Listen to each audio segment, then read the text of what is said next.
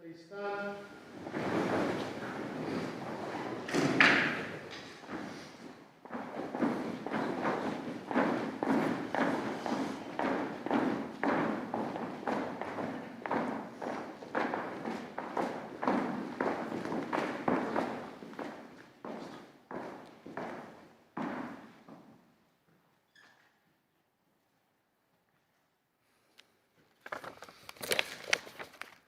Please do sit down.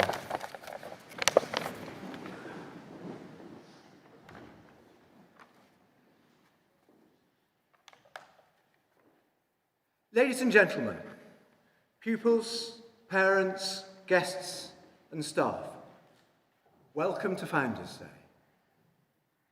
It is so good to greet you with these words after all that we have been through over the last 18 months. I am particularly pleased to welcome the upper sixth form and your parents and guardians.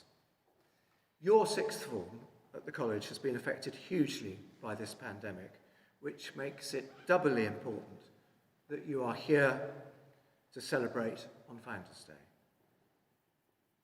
albeit within the restrictions imposed on us by COVID. I particularly welcome our guest of honour, Lord Hastings, and your son. It's great that you're with us today, and a very, very warm welcome from Pang. And the Headmaster, Thomas Garnier, will introduce you later on. It is, though, sad that we cannot be here as a whole college together with our many guests, and this is the case for a second year. I therefore pass on this regret to the whole Pangbourne community with sincere hope that we shall all be together again next year for Founders Day. I cannot let this opportunity pass without mention of a number of people who have made a remarkable contribution to Pangbourne, some over very many years. Your governing body has two principal roles to ensure that the college complies with regulations that affect us and to set development of the college for future generations. This requires a board that has diverse skills, and it places significant responsibility on governors who give of their time willingly despite busy lives away from the college. And since we last met, 4 governors have retired, and I wish to thank them for their contributions. Frank Slevin joined the governing body in 2012, and despite heading a global business, he always found time to govern the college. His contributions on the full range of issues that we face were always insightful, and none more so than ensuring that the college's finances are in good order. Helen Wright joined the governing body in 2014, and as a chartered surveyor, her contributions to a range of planning and development matters were valued greatly.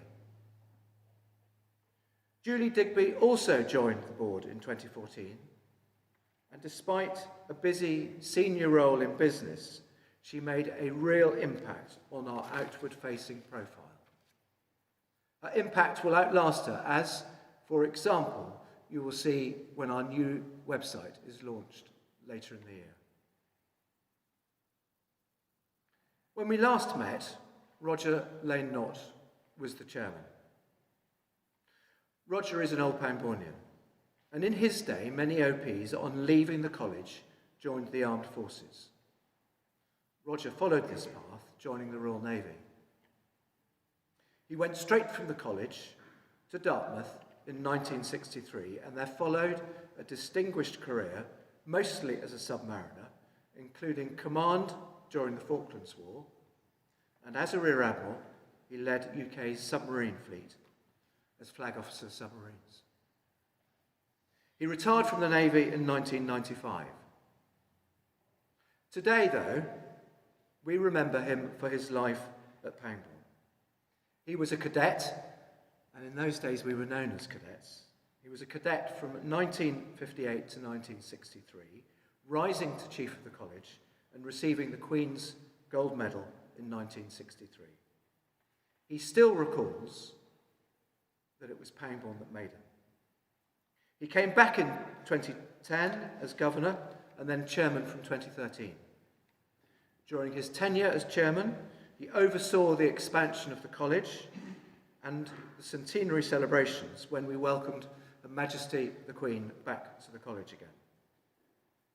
He always gave of his time and energy freely, and he never failed to raise those difficult and challenging questions that we face.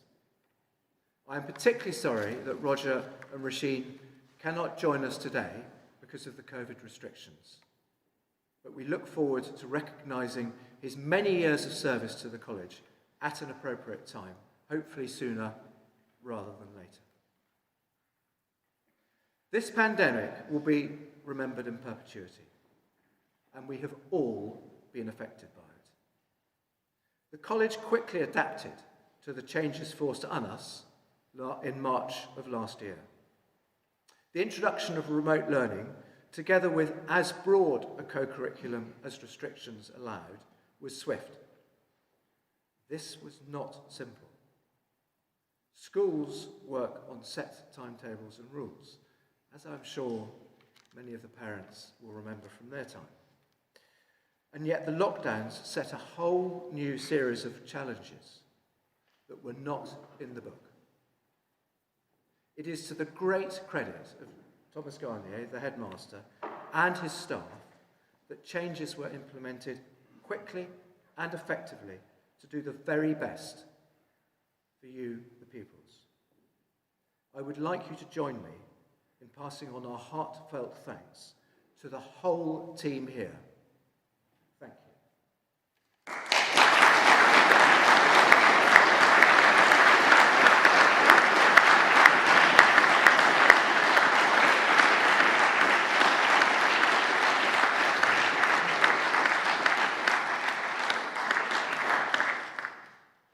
I am constantly surprised by the adaptability and resilience of you downstairs here and your sons and daughters. It was wonderful to witness, albeit from a distance, just how well the whole college embraced remote learning. It was not easy, I know that, and being detached from friendship groups made life even more difficult for you, but you adapted superbly. If this is a sign for the future, then you all have a great potential for success, both individually and, most importantly, within society in general. And finally, I must recognise the support and strength of parents. You were coping with remote working, under considerable duress in many cases, and yet you were there to guide your sons and daughters and offer us support. I have, though, heard occasionally that some of the finer points of, say, maths equations or complex English grammar may have suddenly reminded you that you were late for a Zoom meeting. Anyway, that's enough from me, and I would now like to hand over to the headmaster, Thomas Garnier.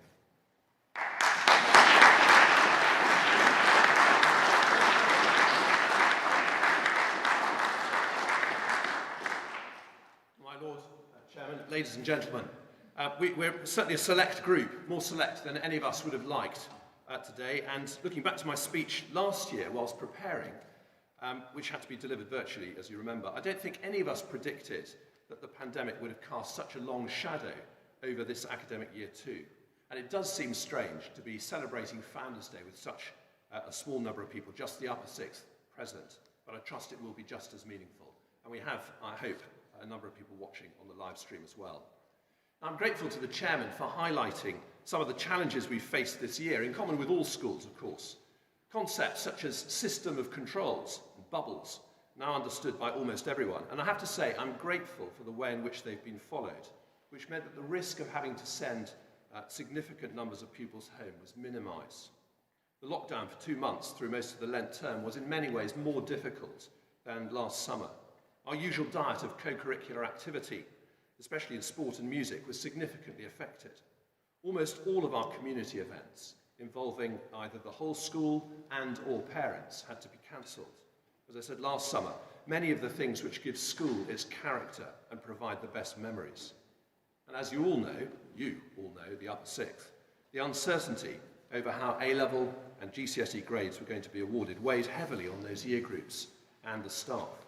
And I can say with feeling that I'm praying that next year we'll see a return to normal life. That said, we shouldn't lose sight of the fact that at times of crisis and disruption, it can be helpful to remind us of things which are important and providing opportunities. For me, this year has highlighted the importance of three things, reinforcing my conviction that they're an essential part of the education which I think Pangbourne offers. The first, and the one which I've heard people speaking about most, is the importance of the community here. The integration of day pupils and boarders is certainly one aspect of that, but far more important and strikingly absent this year is the integration of pupils in different year groups, and in particular the relationship between the upper sixth and Form 3 or Year 9, through no fault of their own, but because of the requirement to subdivide the college into bubbles. Both year groups have been affected. I know how much you, the upper sixth again, we're looking forward to mentoring the new joiners in your divisions. And whilst other qualities such as your resilience and industry have been developed this year, I feel for you that your leadership abilities have had so few opportunities to be tested and your experience shared. For Forms 3 and 4, being isolated from their divisions in the Michaelmas term was difficult for them. And although they too have grown through the challenges this year, in a number of ways they've missed out by not having your guidance and friendship. More than anything else, the bubbles have affected the atmosphere this year, and the lower sixth, your successors, have made it clear during their Taking Responsibility course their desire to restore the community spirit which suffered through us being separated from one another. The second thing is the importance of our values. Now, I know I bang on about the flag values, but that's because I believe in them. Each of them is developed in different ways and at different times. I've already mentioned the resilience which has been required, which I believe has been shown in good measure by both pupils and staff. No one would have chosen to have been taken as far beyond our comfort zones as we were at times. But in general, we've grown through this. But this has also been a year where kindness and moral courage have been required. Both the issues of racism, following the death of George Floyd last summer, and of sexism and sexual abuse in schools, colleges and universities, and evidently in the rest of society too, require moral courage to begin to address. Our starting point has been to accept that they're issues for us and not to hide behind complacency. We could see from the way they've played out in the media that it can be difficult to have honest conversations about them, and that prejudice, ignorance or fear can lead either to polarised arguments or voices being silenced, rather than to understanding, empathy and the seeking of common ground and the common good. As I've said many times, Pangbourne is our community where the individual matters. Each individual, whatever their beliefs and views, race or skin colour, age or gender, sexual orientation, disability or any other differences that one might think of. Each one individually made, individually precious, individually to be treated with dignity. So I'm both pleased and thankful for the Working Party which has been addressing the matter of racial inclusion and diversity, and looking forward to taking their recommendations forward next year. And we'll also be acting on the recommendations that Ofsted and other organisations have made to ensure that the culture here is one where all kinds of sexual harassment and online sexual abuse are recognised and addressed. Now, unrelated, but perhaps a group that can take its part or play its part in helping to strengthen this culture is the Charlotte Drake Society, which, on the initiative of Mrs. Bowden and some students in this room, has been formed this year to help girls reflect on issues pertaining to them. And the third thing of importance to me has been the breadth of opportunity. Now, academically, in spite of all the challenges, this has been a pretty successful year. I'm really pleased to have seen so much evidence of pupils at all levels of the school engaging purposefully and positively in their studies. Most have coped incredibly well. But I know that all have keenly felt the limitations on the co-curriculum which have been a consequence of the pandemic. Mr. Hewitt reminded us yesterday that we had no competitive fixtures for 400 days. Musically, it's been the most difficult of years, perhaps exemplified by the ban on singing in groups, unless highly socially distanced. Pangbourne without congas. Well, it's not been the same, has it? And restrictions affected drama, the Duke of Edinburgh's award, planned trips, and a host of other things too. What struck me forcibly, though, was to see so much enjoyment evident in the things which we could do, and also to be reminded of the wider personal development which the various elements of the Pangbourne experience enable. By offering a breadth of experience, breadth of opportunities, in our case including collaboration and challenge, there is hopefully an area in which all can find enjoyment and can shine. There are some, I fear, even in the Department of Education, who imagine that the quality of schools is to be measured in narrow terms of academic achievement. But Pangbourne is about much more than that.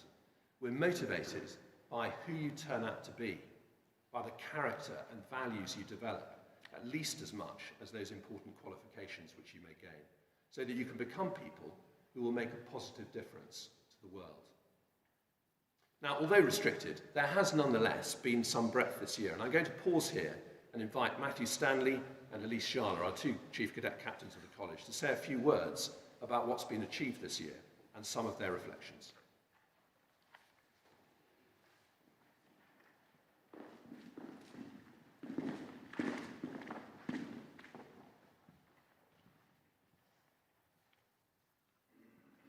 We have decided to mention COVID as little as possible during this speech, so we will call it the C word instead. Although this is not the way anyone imagined our Pangbourne experience would end, from start to finish, Pangbourne has been both chaotic and enjoyable. Looking back throughout the years, Langor stands out as a particular highlight, as this was the first time we came together as a year group and spoke to those we had not come across. What better way to bond together than sharing a tent with them for 4 days? The camaraderie of our year group in Langors survived all throughout GCSEs and finally the C word years. This year has contained some outstanding moments. Super Saturdays emerged as a competitive and fun alternative to fixtures. House rivalries became more prominent than ever across all year groups. Harbinger and Illawarra emerged as the winners, and hopefully the younger years will continue the atmosphere of spirit and friendly competition. Team performances were put on display more than ever before, but there have also been key individual performances from members of our own year group. Callum achieved a 2-year professional contract with London Irish, showing his dedication to rugby, and we wish him all the best in trying to bulk up more in the years to come. On the academic side, it was hard to stay motivated due to the changing situation, but after Mr. Seckham's phenomenal organisation skills and PowerPoint presentation prowess, we pulled through in our final grading assessments. We've also had a Cambridge University offer in Grace Spalton's offer to study natural sciences. Honestly, Grace, we could all learn a thing or two from you, especially our biology class. One of the biggest spectacles of the year was the Remembrance Day Parade. For the first time in Pangbourne's history, the Remembrance Day Parade and service was cancelled. A pre-recorded service was watched instead, and an Upper Sixth parade then followed. I think we can all agree it was an emotional and significant event, especially due to the importance within the college's history. As a college, we reflected and remembered those who sacrificed their lives for us, carrying greater meaning in a year like no other. I'd also like to thank Mr. McDade for his contributions to the Chamber Choir in a challenging year. However, we still recorded a fantastic Christmas and Falkland Island Memorial service. In the latter part of the year, as the Headmaster has already noted upon, the Charlotte Drake Society was founded, with sixth form girls taking part in numerous debates and discussions. The aims of the society are to form a trusted group of girls who can share experiences and learn from each other, to be a voice and make a positive difference in a Pangbourne community, and to empower each other to take opportunities. The society was named after the first girl to enrol in the college, and we hope the society will be prevalent in years to come. We would also like to congratulate Josie Simmons for her constant riding success throughout her time at Pangbourne. Josie is on the P3 of the world-class Podium Potential Pathway. The Podium Potential Pathway is funded by both UK Sport and Sport England and looks to develop riders who demonstrate the potential to progress onto podiums in the future. Overall, we've had our ups and downs as a year group, but as I'm sure we can all agree, we will look back on our time at college with fond memories. I do not think we will fully appreciate the benefits of our time at school until it's gone. The lessons learned in our day-to-day, both in the classroom and out, will remain with us for a long time to come. However, an unfortunate fact of life is that some of us may never cross paths again. While this may seem like a harsh reality, it reminds us that eventually we must grow up and go on to bigger things.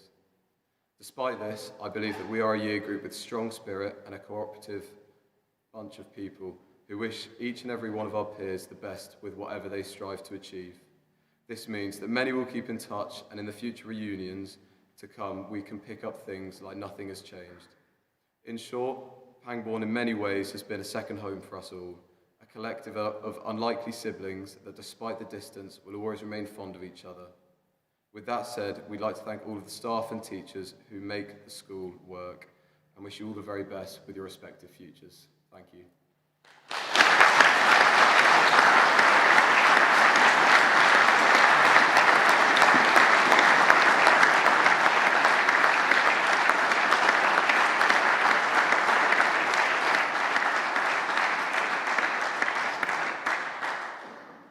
Well, the three things which I mentioned are our community spirit, our Christian values which lead us to treat everyone with dignity, and the breadth of opportunity, the cloth cut in a Pangbourne-shaped way. These are where, if I can put it this way, the magic happens. Now, where there is magic, there are also magicians. And on this occasion, I need to express on behalf of us all my deepest thanks to my colleagues on the staff, teaching, pastoral and operational staff, for their amazing efforts during the past year. It has certainly been the most difficult year of my teaching career, and I expect my colleagues would agree with me. We're all ready for the end of term. They've consistently gone the extra mile, adapting quickly to every new challenge, every twist and turn of the pandemic, never losing sight of our collective goal of doing the best for our pupils. The chairman's already mentioned our governors, whose advice and oversight has been consistently supportive and helpful as we've navigated these tricky waters. And I want to give particular thanks to my colleagues on the senior management team and also to Mr. Crossley and Mrs. Sadler for the umpteen risk assessments and testing operations which they've carried out and implemented this year. This has been the 25th year at Pangbourne for both Mr. Crossley and Mr. Bancroft. I bet they didn't expect it to be so exciting. As always, on Founders' Day, we have to say farewell to some leaving staff. I spoke about them in my final assembly yesterday, but we wish Ms. Cartal, Mr. Colhoun, Mr. Corr, Mrs. Bowden, Mr. Salmon, Mr. Eagers, Mrs. Jewell, Mr. McCain, Mr. Hearn, and Gail Webb, another who's been here for a quarter century, every blessing as they move on to new pastures. Now, before I introduce our guest of honour and we begin the prize giving, we're going to have a musical interlude. For the last 2 years, Lucia Burrich has made a leading contribution to college music and recently scored an exceptionally high mark in her performance diploma. One of the pieces she played was Chaminade's Concertino for flute and piano, and I'm grateful to her and to Mr. McDade for agreeing to perform it this morning.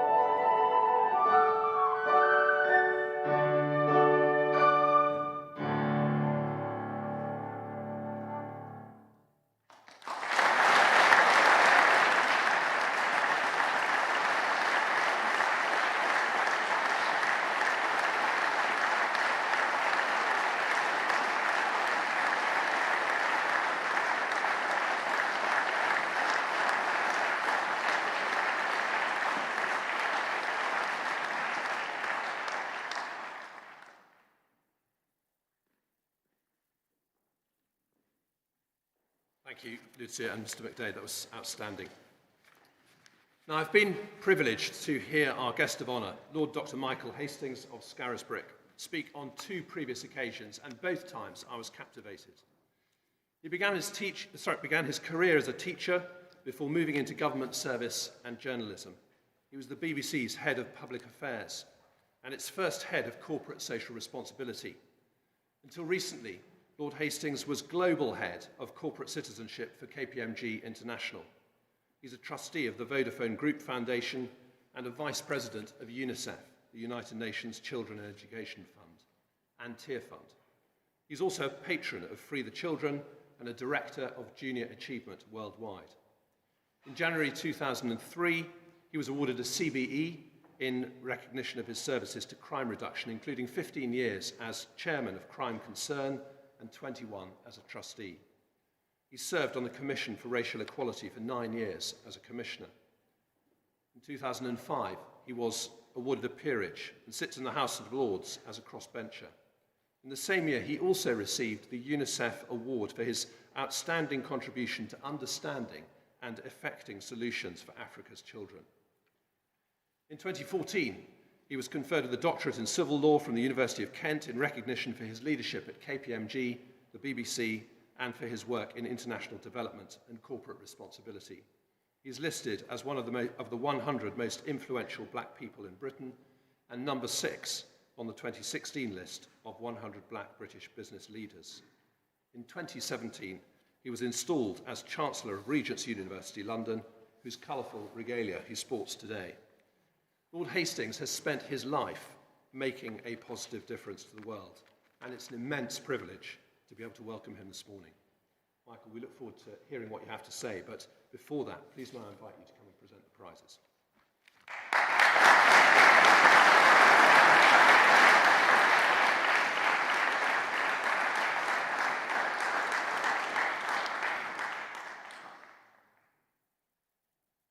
Upper Sixth Performance Prizes are awarded to Lawrence Livesey, Barnaby Bucknell and Joe Stickland.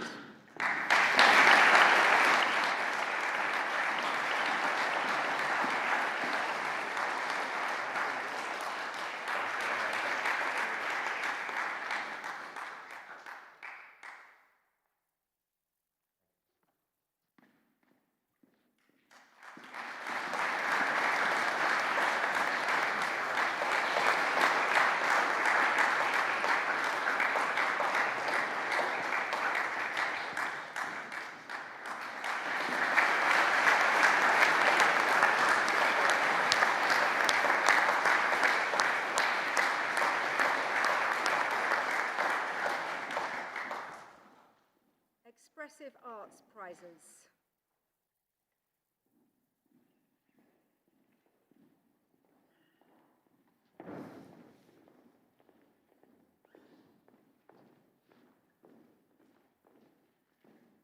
Marcus Graham Arts Prize is awarded to Bella Kent.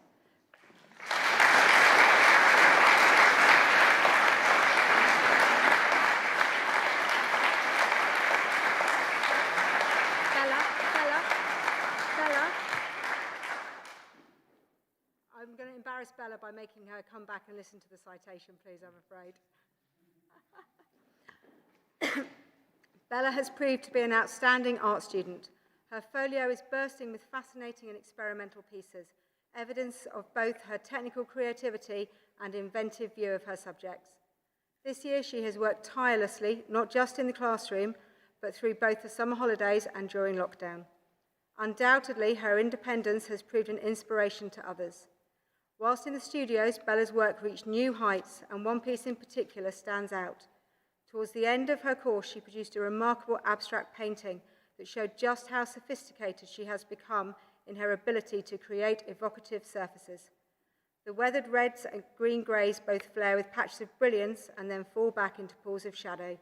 It is a remarkably accomplished work of painting.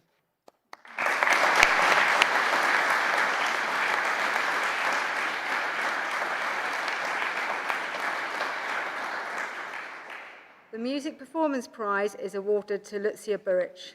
Lucia is a first-class musician.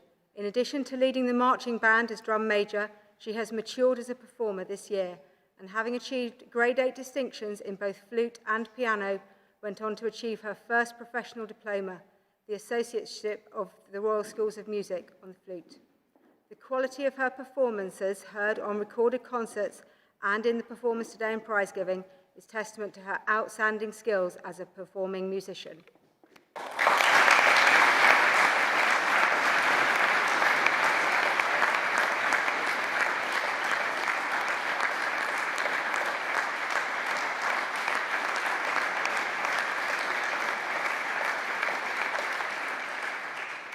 The Open Prizes.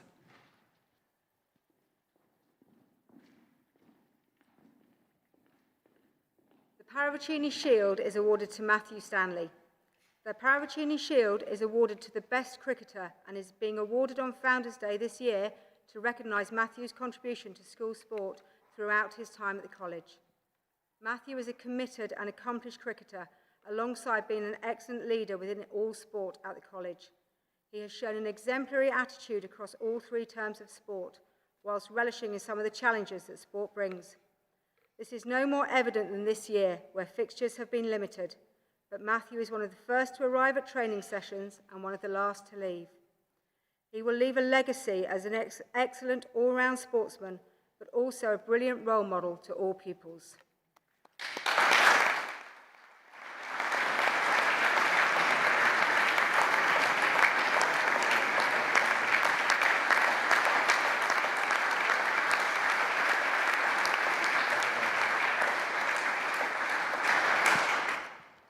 The Trinity House binoculars are awarded to Daniel McMeekin. The Trinity House binoculars, presented by the Elder Brethren, are awarded to the best cadet entering the Royal or Merchant Navy. Daniel is very proud of the college, its traditions and heritage. This comes across very significantly whilst on parades. He is extremely confident, has a good bearing, and is always smartly dressed. He is an excellent role model and leads by example. Daniel has been part of the Combined Cadet Force over the past 4 years. He is a very caring individual who is always willing to help others and will always talk through issues with his peer group. Daniel has organised and delivered several CCF training sessions. The lessons have been very well thought through. He has excellent powers of command and his orders are always understood, which helps inspire confidence amongst the younger cadets. Daniel has prepared and led teams in several CCF events, in particular the annual Royal Marines Pringle competition.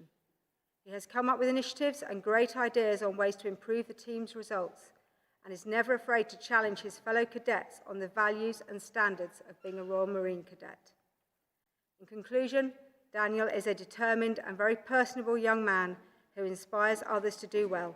He is an extremely worthy recipient of the Trinity House Award.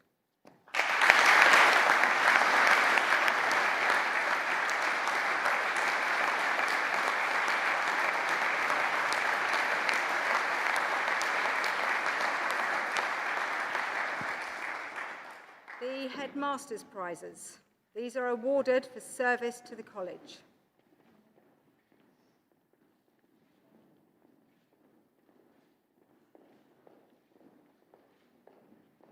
Wesley Castellane. One of the tweed and shuffle industry's most discerning customers, Wes has always been there for others. Thinking back 5 years to the young, scared, shaven-headed youth that entered college, he is now an archetypal gentleman, polite, courteous, with his own opinions, yet willing to listen and be prepared to push to ensure that both he and his friends achieve. He has contributed so much to the college, captain of boats, CCF, Royal Marines Pringle team, and keeping standards high in the division. It has been very impressive seeing him manage his time and ensuring the very best in everything that he does. He has high standards, has been an excellent cadet captain and role model for the boys in Harbinger, taking the ceremonial side of college life very seriously indeed.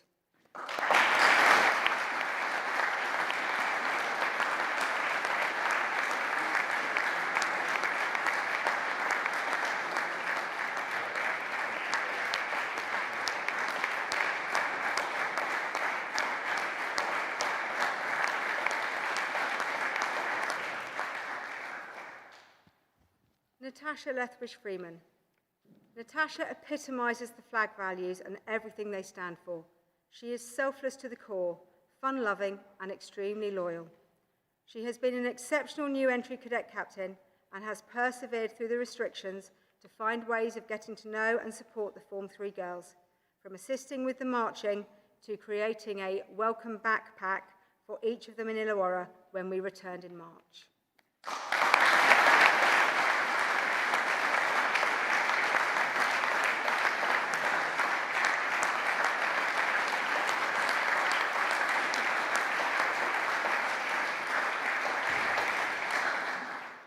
Henry March. Henry has been on quite a journey throughout his time at Pangbourne. Indeed, he is a model Pangbournian and a walking, talking flag award who consistently shows our values each and every day.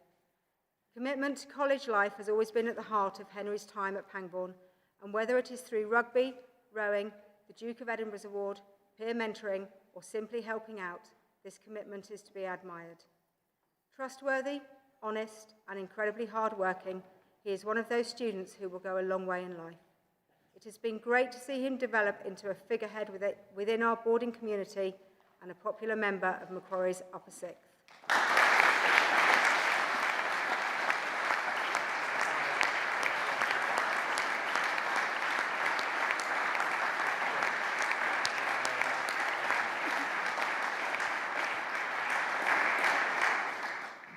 Alex Nicholson.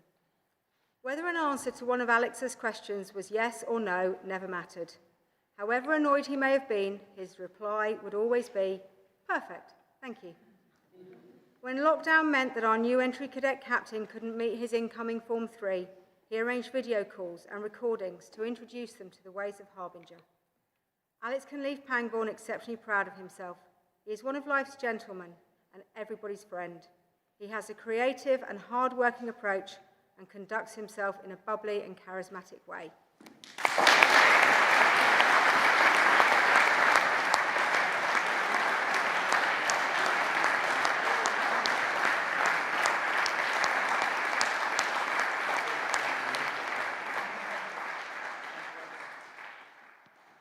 Grace Spalton. Not one to accept compliments well and her own harshest critic, Grace is definitely an individual with much talent and intelligence. Her piano playing in the gun room will be greatly missed next year, as well as her house elf tendency to tidy up after others without any expectation of acknowledgement. She is a dedicated member of the boat club, a generous and kind member of the division, and an impressive student. She exudes the flag values in all that she does, and these will undoubtedly help her when she hopefully takes up her place to read natural sciences at Peterhouse College, Cambridge.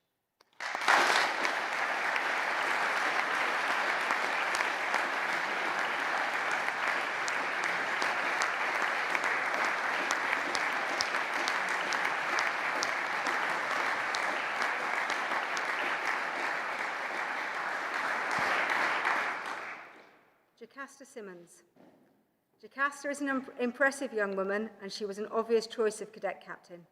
Although she has been riding at international level in recent years and has been selected to join the Olympic development pathway, she has also made a consistently strong contribution to college life, particularly in hockey and in her studies. She has been an outstanding role model to others. She always has a smile on her face, shows positivity and optimism in all that she does, and she never lets her academics slip. Her high standards, humility, and diligence are but a few of her impressive attributes, and we are sure her self-belief, organisation, and competitiveness will see her fulfilling her dreams.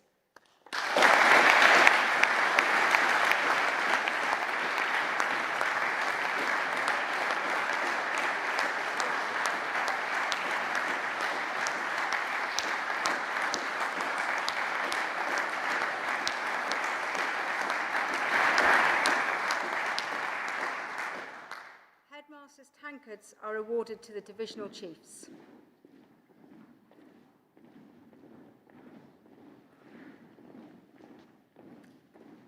Edward Carter Keel. Edward has been an excellent role model in terms of smartness and work ethic. Of course, he has also contributed so much to the college. Alongside doing an excellent job as captain of the hockey club, he has managed his varied commitments very well. He is kind, has a fun and bubbly personality, which has rubbed off on the other boys in Harbinger. He has been smart with parade practices and sets high standards of dress for the boys to follow.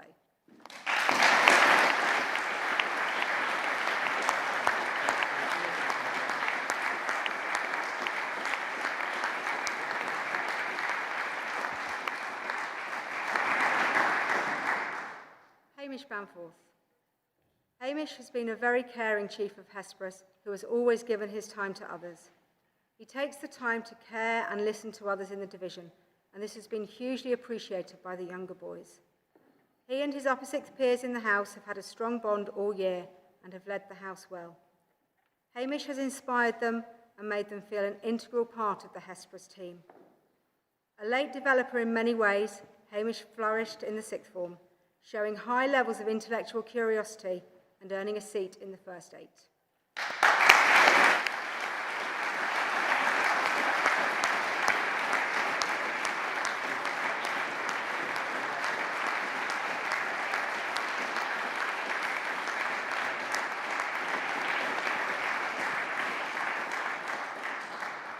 Lara Thomas.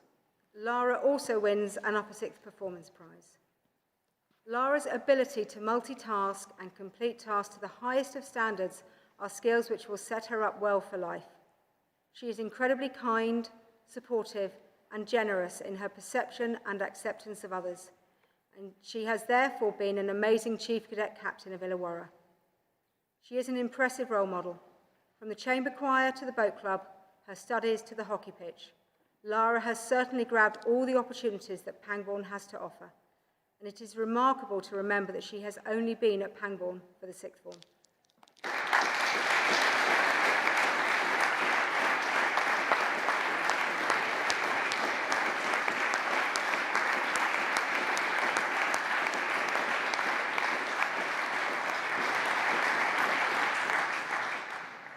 Jake Alexander.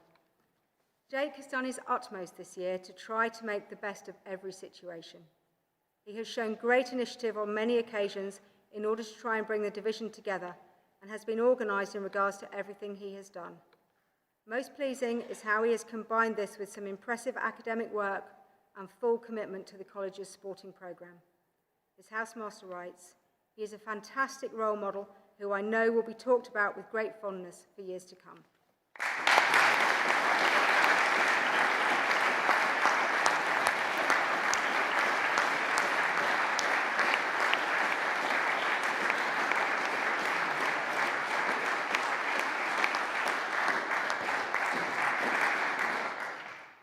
Scott. As Chief Cadet Captain of Port Jackson, Callum has been the gentle giant. A man mountain, he set the tone for his approach early on when all the boys in Port Jackson were playing a football match. A 50-50 situation occurred between Callum and one of the smallest Form 3 pupils. As his housemaster's heart stopped, Callum allowed his younger counterpart to come away with the ball, having won the tussle. Although highly competitive, he has encouraged the house to work together and, in spite of the restrictions, retain a family feel.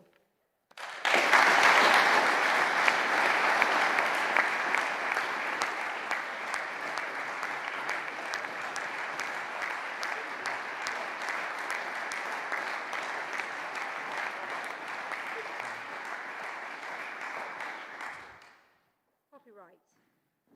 Poppy has been a great Chief Cadet Captain of St George Division. In these uncertain times, she has cared for the Dragons, working tirelessly to support and uplift them during lockdown and giving her time willingly to support those who are anxious. The new Form 3 benefited hugely from her words of advice and encouragement, especially on the parade ground. She has been a chief that everyone felt comfortable approaching.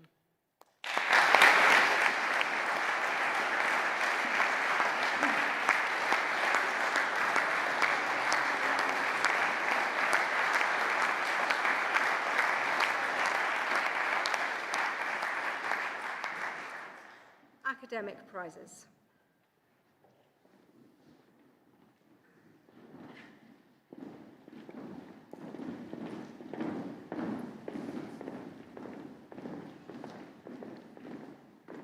The Austin Anderson Prize for Humanities and Thorney Languages Cup presented to Emily Greenwood. Emily is a gifted scholar of the humanities, possessing a fearsome intellect and always forthright in her opinions. She enjoys finding logical weaknesses in points of view and presenting her own reasoned counter-arguments. Emily is an outstanding student of literature. She has the rare ability to marry together a logical and incisive approach to the work with a sensitive and empathetic emotional response.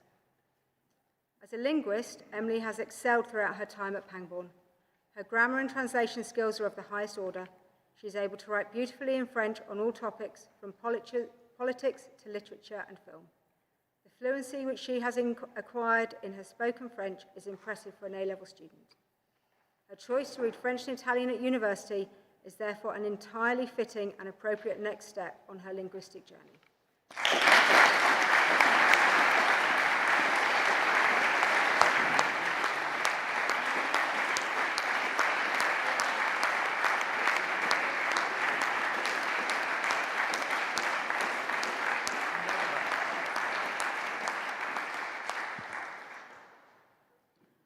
The Jude Memorial Prize, awarded to the best science student, to Georgie Patterson. Georgie's work ethic, ambition, and attitude have been a shining example to her peers. She has been an extremely diligent student, determined to succeed regardless of obstacles that come her way.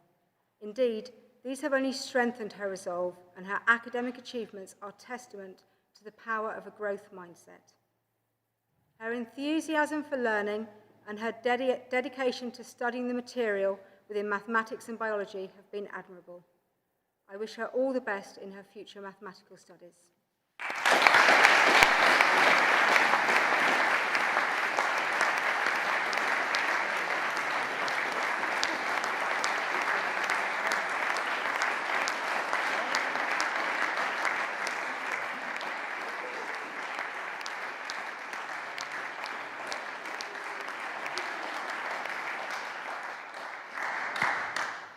The Old Pangbornian Prize is awarded to the top academic student, Andrew Mullins.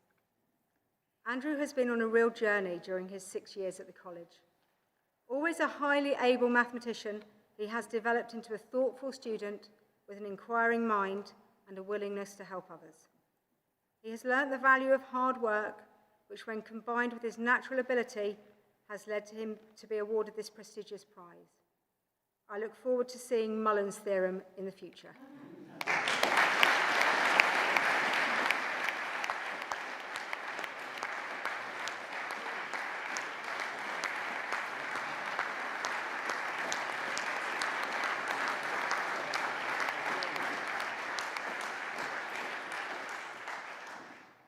Chief Cadet Captains of the College.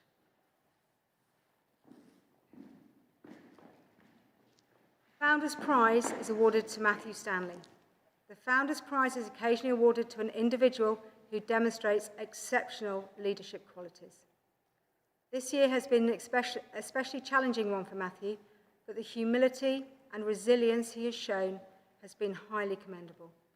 To add to all that he has contributed in a difficult year for both Chief Cadet Captains of the college. Throughout his time at Pangbourne, Matthew has made a leading contribution to college music, sport and academics, and he is someone who has earned the respect of both his peers and other pupils.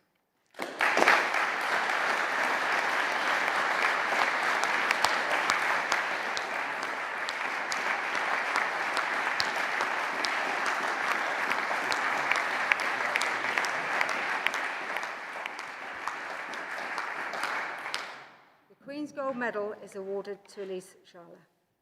When the gold medal was first instituted by King George V in 1927, the bar for the prize was set very high indeed. The rubric formally records that it was the King's wish, through the prize, to encourage the qualities which make for the finest citizen. Both King George VI and Her Majesty the Queen were pleased to continue to award the medal. Elise Scharler is a dedicated student who has maintained outstanding academic work during her time as one of the Chief Cadet Captains of the college.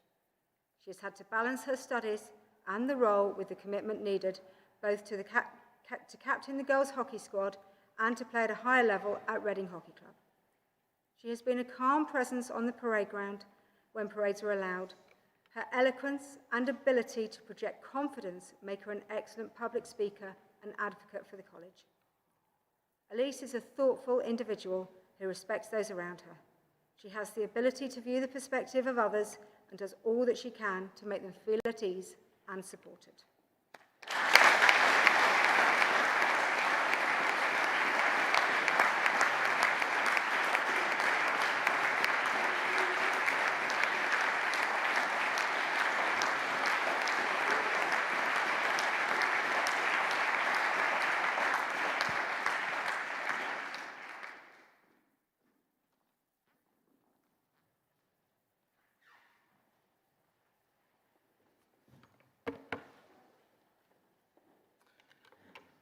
Chairman, Headmaster, and all of you who have wisely come today to enjoy these celebrations. It's a privilege, isn't it, to watch young men and women achieve beyond what they think they might, but we all knew they could.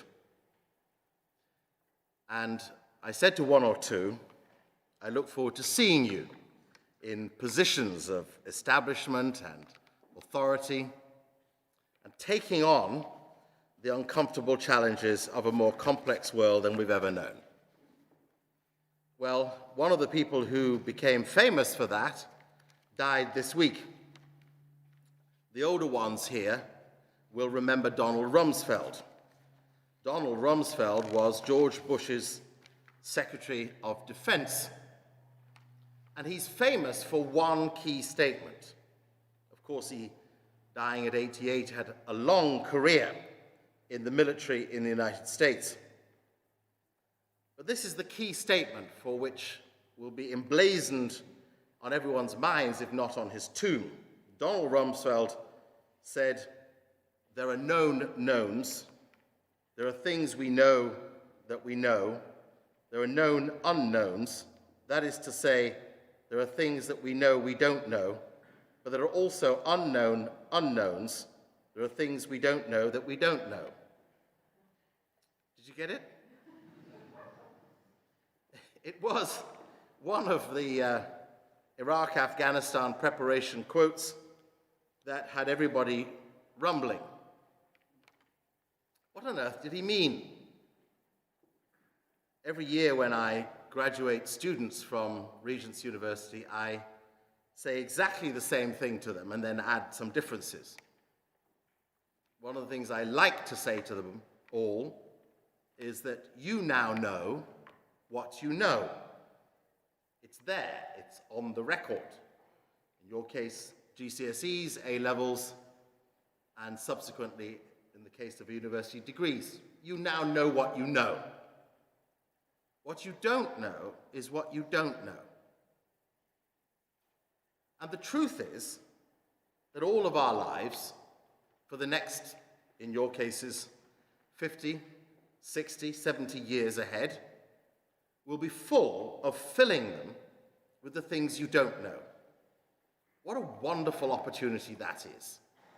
Discovering things that you don't know anything about. I read that quote from an Apple iPhone 11 Plus. Contained within it are 8 million times more data capacity than when, in 1969, the great scientists of NASA sent 3 men to the moon and 1 who walked on it. 8 million times more data capacity in my hand than in their vast computer establishment. As the decades have gone by, we've grown our ability to know what we don't know. And I suppose the question for all of you is, how much will you data mine what you don't know? Will you make the journey of life ahead about inquiry and curiosity, digging out things, looking beneath and around and through? I noted the C word. And all of a sudden we discovered a thing called C that last year, February, we weren't talking about. But then we were. And maybe a city, undecided, called Wuhan, that we never heard of before. And now we do. And then we find out that Wuhan has more people in it than London. But we never heard of it. But now we do. And then you find out that there are over 120 cities in China with populations greater than London that you never knew about. And now you do. Isn't it fascinating how amazingly interesting our world is? So diverse and different. When you take a good look, you discover the things you don't know. The 29-year-old wonderful young woman called Katie Borman discovered on April the 10th, finally, it was announced to the world in 2019, that she had discovered the first image of a black hole. Now, remember, Stephen Hawkins had gone to great lengths to proclaim that black holes were there for all of us to find, but had never managed to get one. But here was this remarkable PhD student in computer science and artificial intelligence. She was studying at the Massachusetts Institute of Technology and working alongside a range of astronomical scientists, over 200 researchers and sites in 7 different countries. The first image of a black hole was ever discovered. And now if you're on Netflix, which I'm sure you're aware of, you can go and see the documentary on black holes. This stuff is fascinating. Well, when she produced her discovery and the world was thrilled, everybody leapt forward to say how important it was that this applied science had brought us to a place where we could finally see something that is black hole. It's vital to know.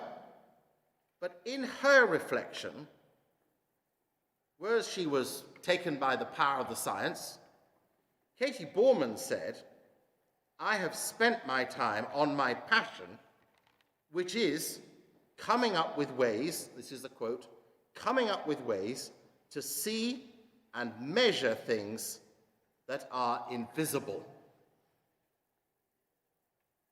In other words, to look for things that you can't see. And a lot of our life, and your life ahead, and even mine, of what is left of it, will be about looking at things we see. Academics is all about what you can quantify.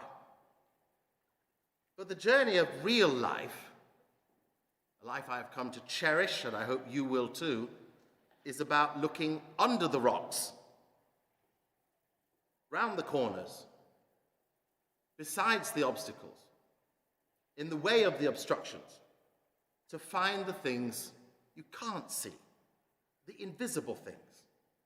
Remembering that in the last year and a half, it is an invisible thing that has changed all our lives. That sea, where is it? And yet we have all shifted left or right, forward or back. Many have gone into decay and collapse. Multitudes have died.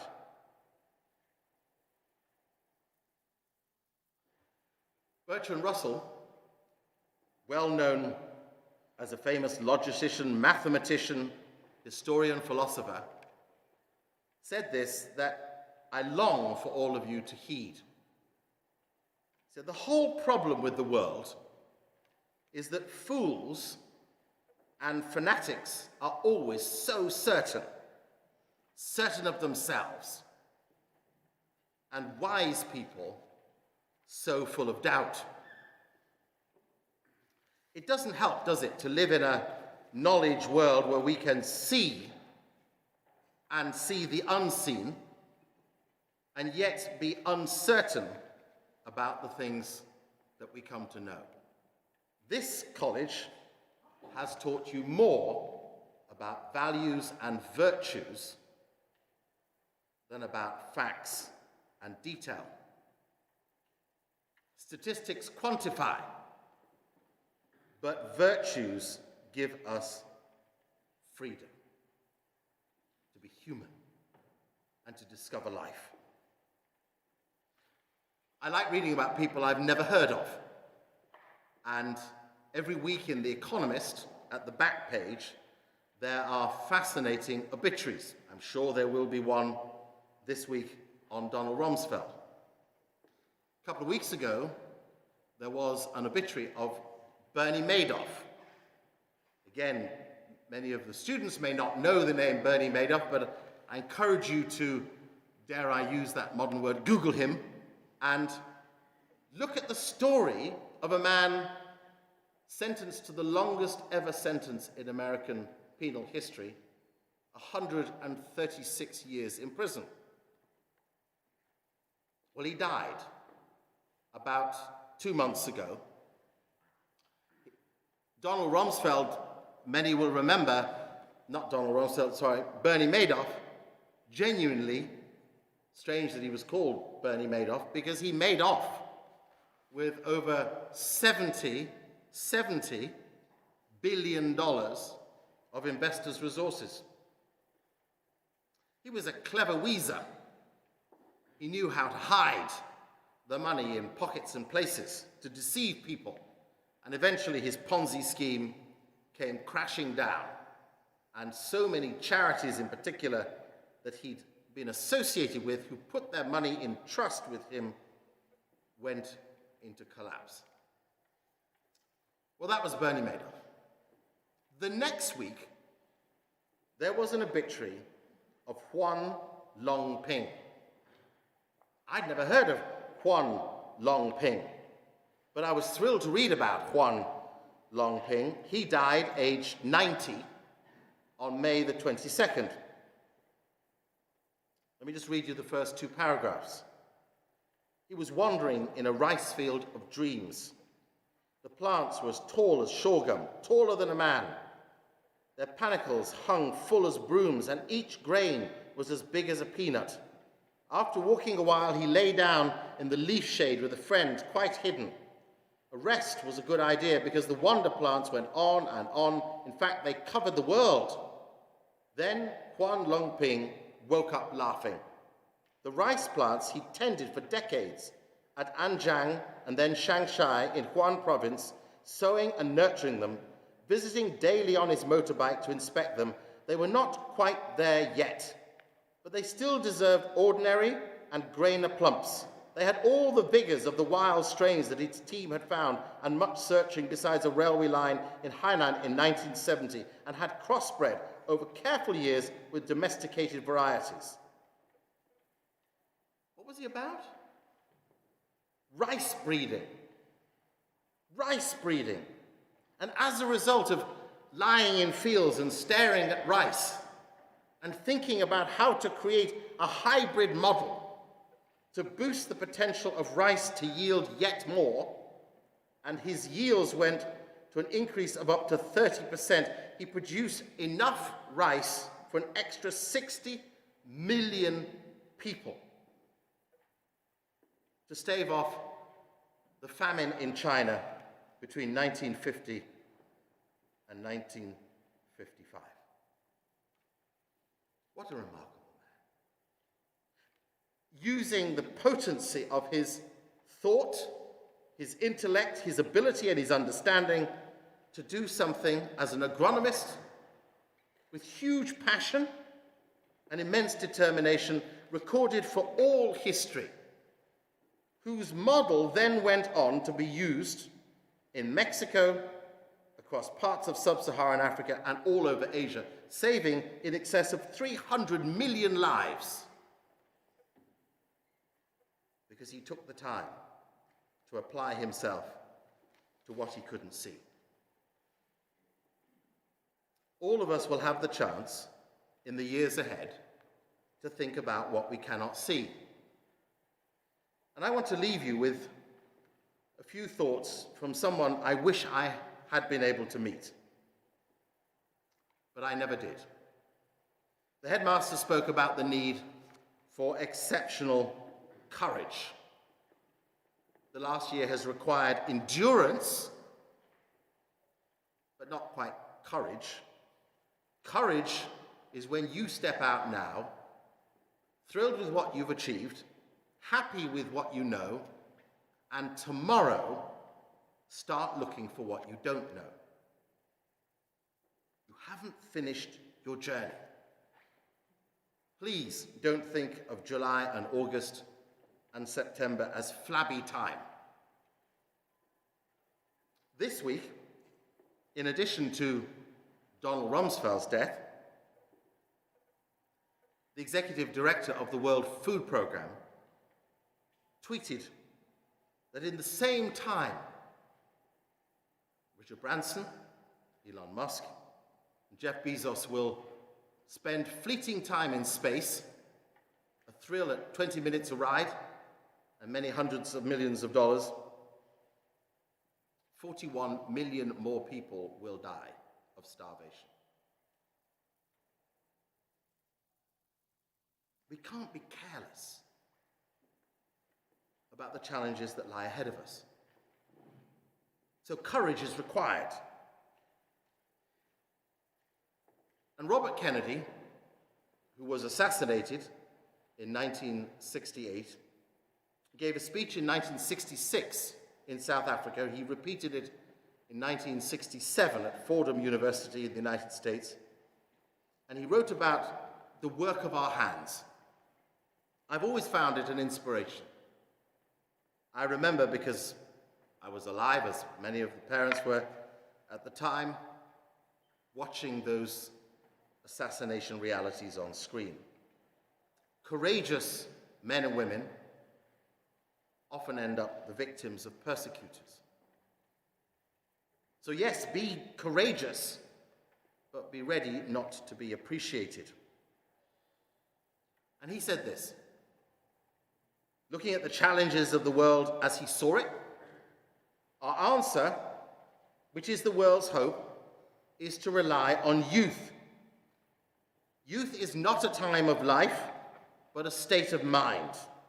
Not a temper of the will, but it is a quality of the imagination, a predominance of courage over timidity, of the appetite for adventure over the love of ease. The cruelties and obstacles of this swiftly changing planet will not yield to obsolete dogmas and outworn slogans. It can't be moved by those who cling to a present that's already dying, who prefer the illusion of security to the excitement and the danger that comes even with the most peaceful progress. It is a revolutionary world that we live in, and this generation, at home and abroad around the world, has had thrust upon it the greatest burden of responsibility that any generation has ever had, to seek and to find solutions. So he warned of 4 dangers, and I just give them to you to seek out yourself. Danger number 1, he said, therefore, is the danger of futility. The thought that you alone, whether a man or woman, can achieve nothing against all the army of the world's great ills. So therefore, because you are alone, it's not worth trying. Not so for Huang Longping. Yes, you can, even though you're alone. The second danger is the danger of expediency, of those who say hopes and beliefs must bend before immediate necessities, who look for approval.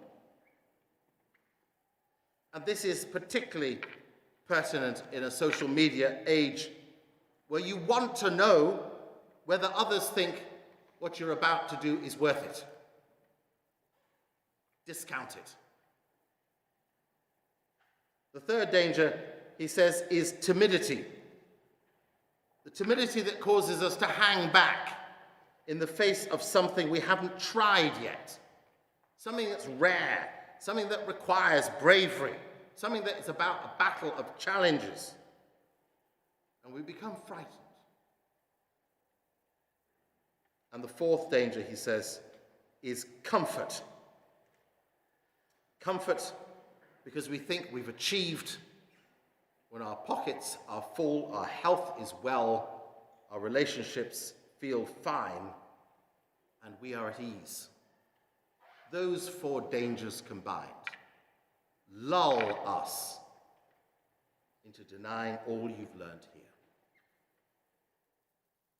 So step out into the world, as I know you will, reading the great books you will read, taking note of the thoughts you've heard and the teachings that have been vital to you. But more than anything else, begin tomorrow to look for what you don't know. Find it. Be curious about it. The 29-year-old wonderful mathematician at MIT says, I'll find the black hole. It's invisible, but I'll find it. And she did. young man, barely his 20s, says, "I'll find the solution to starvation and create alternative food products so multitudes will live." And he did. There are heroes in abundance across our world, but never comfortable people. Bless you all.